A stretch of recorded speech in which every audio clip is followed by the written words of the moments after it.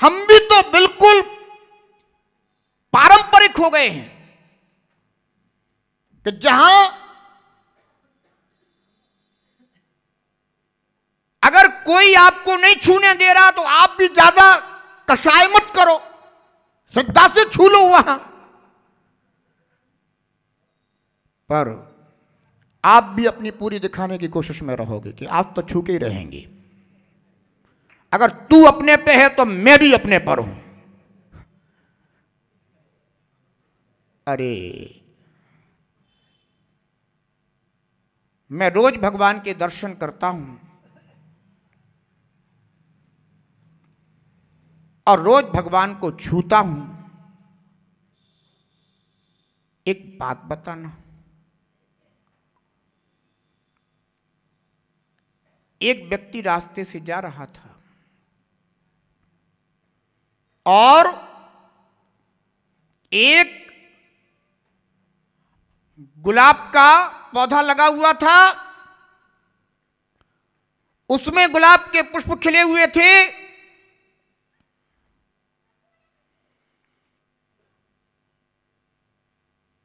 वह पौधा एक ऐसे व्यक्ति के मकान में था जिसमें से कोई एक भी फूल तोड़ नहीं सकता था। पर तुम्हारा मन आ गया कि मैं इसमें से एक पुष्प ले लूं। पर दूसरी ओर विचार आ गया कि अगर मैंने पुष्प छू भी लिया तो अभी हाल विवाद हो जाएगा। पर तुम्हारे मन में आ गया कि एक पुष्प तो ले लूं। एक बात बताओ, तुमने पुष्प को छुआ या नहीं छुआ? अरे हाथ ने नहीं छुआ, मन ने तो छू लिया। जैसे भाव हिंसा होती है ना, वैसे ही भाव अहिंसा भी होती है। जैसे भावों से पाप होता है, ऐसे ही भावों से पुण्य भी होता है। ध्यान रखो, अगर कोई अपने को छूने के लिए मना कर रहा है तो आप भावों से छू लो, आपको उतना ही पुण्य मिलेगा। पर हां, जहां आप द्रव्य से भी छू सकते हैं तो वहां छुए बिन रहो मत।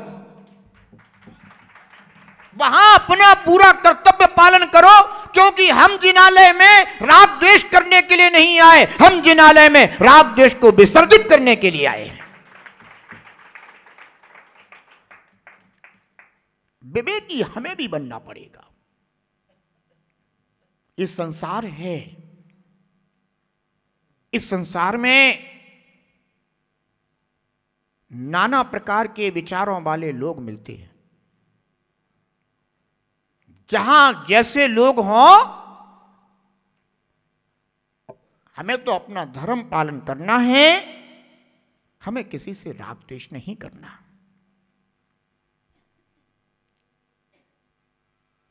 मैं रोज जिनेन्द्र देव के दर्शन करता हूं, कभी प्रतिमा को मैं नहीं जाके छूता, पर रोज छूता हूं, रोज उनके दर्शन करता हूं, रोज स्पर्श करता हूं, रोज भावना करता हूं और रोज अपने कर्मों का क्षय करता हूं। जिद्दी नहीं हूं, पर मैं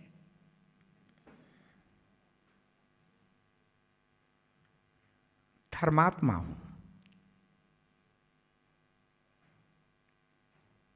ध्यान रखो, प्रयोजन को समझो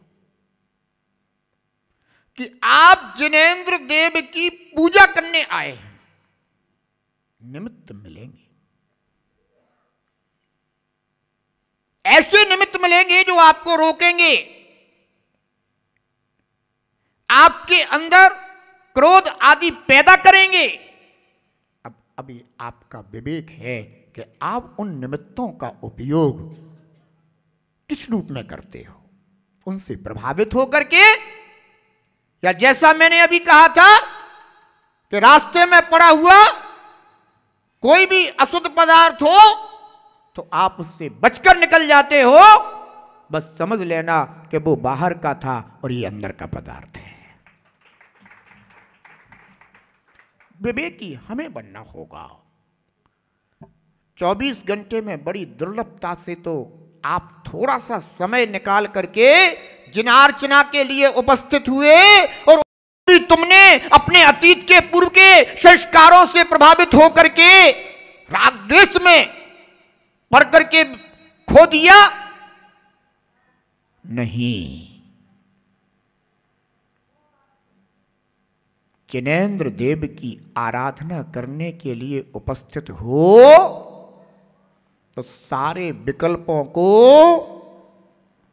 छोड़ करके आना। तन को ही निर्मल मत करना, मन को भी मल रहित करके आना। एक ही संकल्प कि जिनालय में जाऊंगा तो क्रोध नहीं करूंगा, जिनालय में जाऊंगा तो अभिमान नहीं करूंगा, जिनालय में जाऊंगा तो मायाचारी नहीं करूंगा, और जिनालय में जाऊंगा तो कोई भी लोभ नहीं करूंगा, जिनालय में जाऊंगा तो एक मां जिनेंद्र देव के गुणों का चिंतन अर्चन आराधन करूंगा। फिर आप देखिएगा आपकी पूजा में कितना आनंद बरसता है, आपकी पूजन कितनी अतिशयकारी होती है, आपकी पूजन आपके कितने बिगड़े हुए कार्यों को संभालने वाली हो जाती है। राग द्वेष से भरे गए जाकर के भगवान को अभिषेक भी करा रहे हो, दूसरे को तिरछी तिरछी निगाहों से देखे भी जा रहे हो, सोच रहे हो कि बस पूजन कर लेने दे पर देखता हूं तुझको। ऐसी पूजन के क्या फल होंगे?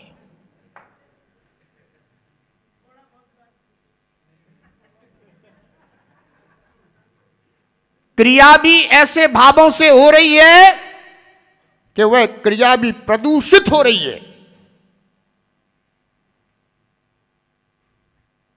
इसलिए कहा गया है कि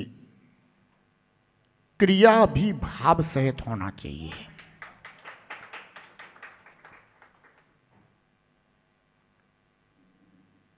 आचार्य भगवान कुमुद चंद्र स्वामी ने कल्याण मंदिर स्तोत्र में लिखा है कि अस्मात् क्रिया प्रतिफलंति न भाव शून्या। जो भाव शून्य क्रिया होती है वह प्रतिफल नहीं देती। अब तुम ऐसे अपवित्र अशुद्ध भावों से भले ही जिनेंद्र देव की पूजा भी कर रहे हो, उपासना भी कर रहे हो, और फिर चाहते हो कि मैं फल मिल जाए, और दूसरे के प्रति इतने बुरे भावों से भरे हो कि बस पूजा हो जाने दे केवल, पर आज तू या मैं देख ही लूंगा आज तो। ध्यान रखो, मनुष्य हो,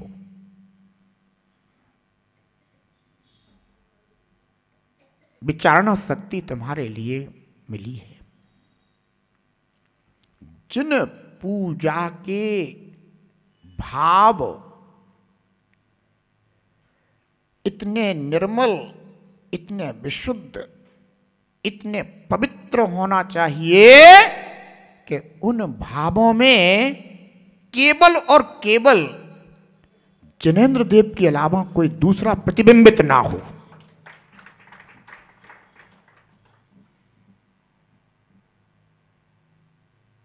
जिनसे मिलने आया हूं अभी तो उन्हीं से बात होगी, उन्हीं से मुलाकात होगी।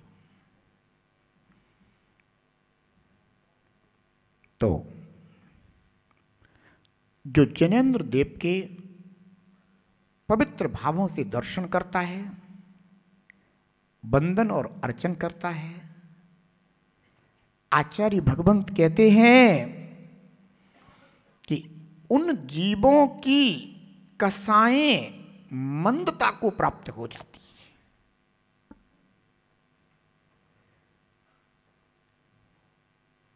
आचार सार में कहा है कि ग्राप हारणी मुद्रा गणस्य यथा तथा जिनस्याप्येन सोहंत्री दुर्ता राति पातिना। कहते हैं कि जिस प्रकार गरुण मुद्रा के दर्शन मात्र से सर्प विष का अपहरण होता है, उसी प्रकार जिन मुद्रा भी पापों का हरण करने वाली है, अर्थात जिन मुद्रा के दर्शन से पाप नष्ट हो जाते हैं।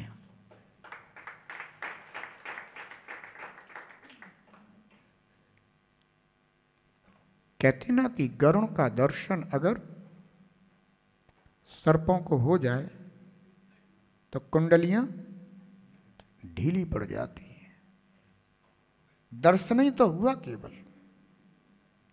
ऐसे ही जिनेंद्र देव के दर्शन मात्र करने से इन कर्म रूपी सर्पों की कुंडलियां ढीली पड़ जाती हैं, छूटने लग जाती हैं।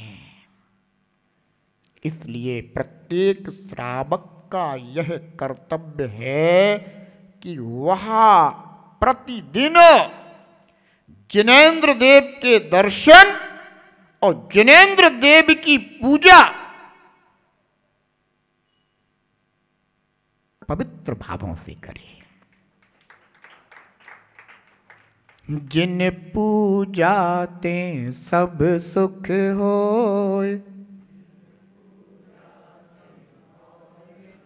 जिन पूजा सम अवर न कोय। क्या कहा कि जिनेंद्र देव की पूजा करने से सर्व सुख होते हैं और उसके समान और कोई दूसरा नहीं है। पूजा पूजक को पूज्य बना देती है। पूजा किस लिए? पूजा पूजक को पूज्य बना देती है। हम जो पूजा करते हैं अपने को भी पंच परम पद में स्थित होने के लिए करती है।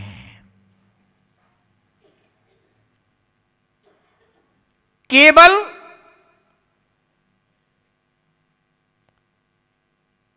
परंपरा नहीं निभाते। अब जैन कुल में पैदा हुए हैं तो पूजा हम करना हमारी कुल की परंपरा है। कुल परंपरा से किया हुआ धर्म एकाध भाव में स्वत देने के बाद दुर्गति में ही ले जाता है। पर भावना कि ये पूज्य हैं, मैं पूजक हूं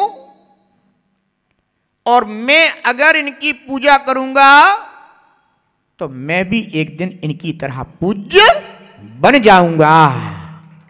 ऐसी शुद्ध भावना, पवित्र भावना से जो जिनेंद्र प्रभु के गुणों का चिंतन मनन आराधन अर्चन करता है, वह परंपरा से मुक्ति की भावना को पूर्ण करने वाला है।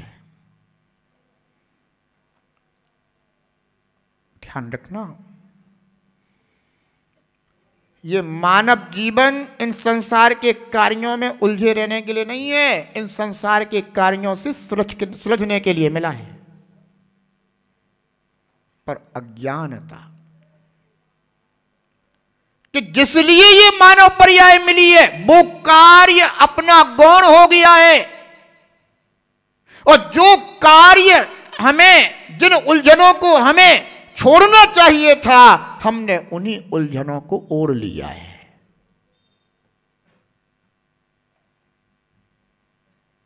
एक सच्चा उपासक श्रावक जिस समय जिन पूजा करता है उस समय कहता है, भगवान मैं इतने समय तक के लिए समस्त अपने गृहजाल संबंधी उलझनों को छोड़ता हूं। यही वो काल है जिस काल में हमने समस्त उलझनों को दूर किया है, और जो कार्य हमें इस पर्याय में करना चाहिए था, मैं उस कार्य को इस पर्याय में कर रहा हूं।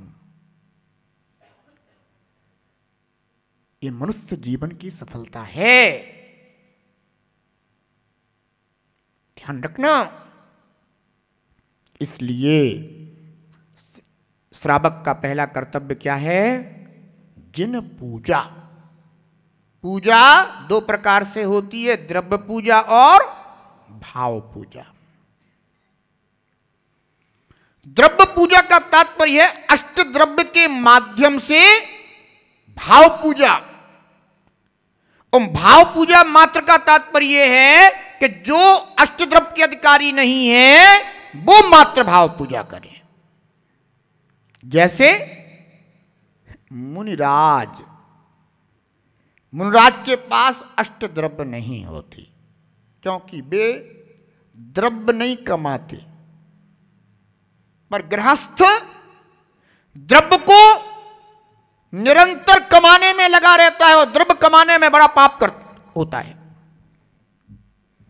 तो जो द्रव्य के अधिकारी हैं वे अपनी उन द्रव्यों को लेकर उपस्थित होते हैं, कहते हैं भगवान मैं अपने इस गृहस्थ जीवन में इन द्रव्यों का भोग करता हुआ कर्म बांध रहा हूं।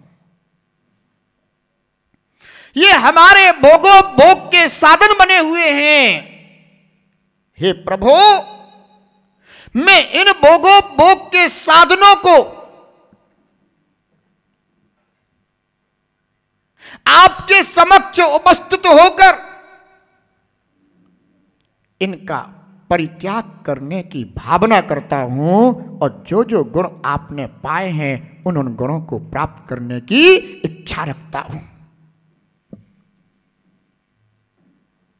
ध्यान रखना।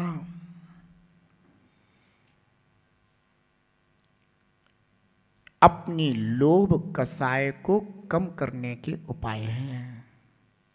वैसे तो जीव इतना लोभी है कि अपने हाथ से कुछ छोड़ना ही नहीं चाहता, पर जिनेंद्र देव की आराधना में वह इस तरह से जाता है कि घर से जब निकलता है तो अष्टद्रव्य की थाली लेकर निकलता है। कोई बात नहीं, ये बात सही है कि आजकल व्यवस्था चेंज हो गई है, पर जो व्यवस्था एक श्रावक की थी वो यही थी कि वह घर से शुद्ध वस्त्र पहन करके नीचे देखता हुआ अष्टद्रव्य की थाली अपने हाथ में लेकर जाता था।